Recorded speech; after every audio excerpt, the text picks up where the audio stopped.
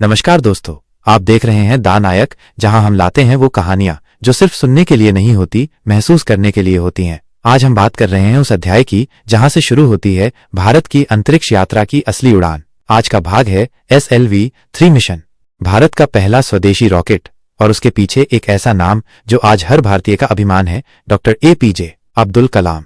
1960 के दशक में जब दुनिया चांद पर जाने की होड़ में थी, तब भारत गरीबी और भूख से जूझ रहा था, लेकिन एक सपना था, भारत भी अंतरिक्ष में पहुंचेगा। इस सपने की नींव रखी थी डॉक्टर विक्रम साराभाई ने, और उन्हीं की नजर पड़ी एक तेज जुनूनी नौजवान पर, अब्दुल कलाम। उन्होंने कहा, कलाम, तुम्हारे अंदर आग है, उस आग को इस देश के लिए जलने दो। और इसी के साथ अब्दुल कलाम ISRO से जुड़ते हैं। 1972 प्रधानमंत्री इंदिरा गांधी ने विक्रम साराभाई के सुझाव पर भारत के अपने रॉकेट प्रोग्राम को स्वीकृति दी। इसी समय वैज्ञानिकों ने मिलकर एक योजना बनाई, SLV-3 सैटेलाइट लॉन्च VHCL-3। इस योजना में शामिल थे doctor APJ Abdul Kalam, project director doctor उर्राव RN, माधवन नायर, M आरुराजन, K कस्तूरी रंगन और TN शेषाद्री जैसे वैज्ञानिक। और इस पूरे अभियान का नेतृत्व कर रहे थे डॉक्टर सतीश धवन, ISRO के अध्यक्ष। राजनीतिक माहौल कठिन था, देश युद्ध झेल चुका था, अर्थव्यवस्था दबाव में थी, लेकिन इंदिरा गांधी ने इस प्रोजेक्ट को हरी झंडी दी।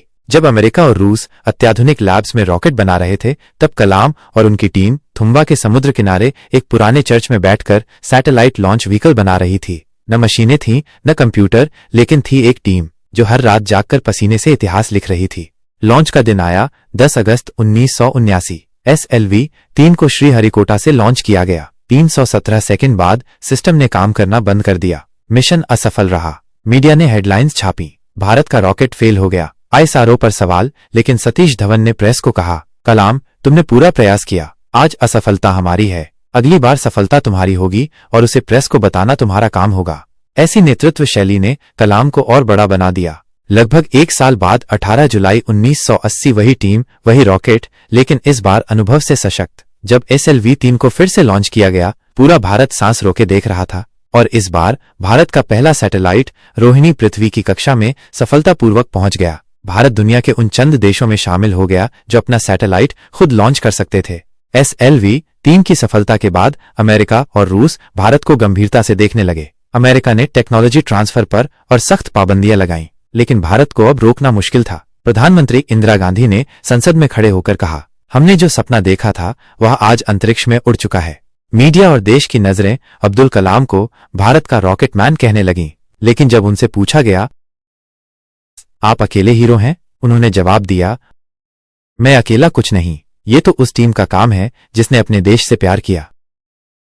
SLV-3 सिर्फ एक रॉकेट नहीं था, ये भारत के आत्मविश्वास की पहली अंतरिक्षीय उड़ान थी। और इस उड़ान का पायलट था एक सीधा सादा जीवन जीने वाला वैज्ञानिक जो खुद को देश का सेवक मानता था। लेकिन कलाम की असली परीक्षा अभी बाकी थी। अगली कहानी में देखिए, DRDO में कलाम की एंट्री, प्रोजेक्ट IGMD-P, अग्नि, पृथ्वी, नाग, आकाश, त्रिशूल, पोखरण 2, अटल बिहारी वाजपेयी और कलाम की गुप्त योजना, CIA और अमेरिकी सैटेलाइट से कैसे छिपाया गया, परीक्षण, भारत का परमाणु शक्ति बनना।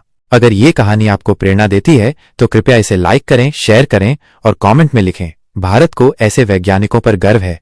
चैनल दा नायक को सब्सक्राइब जरूर करें ताकि अगली कहानी सबसे पहले आप तक पहुंचे।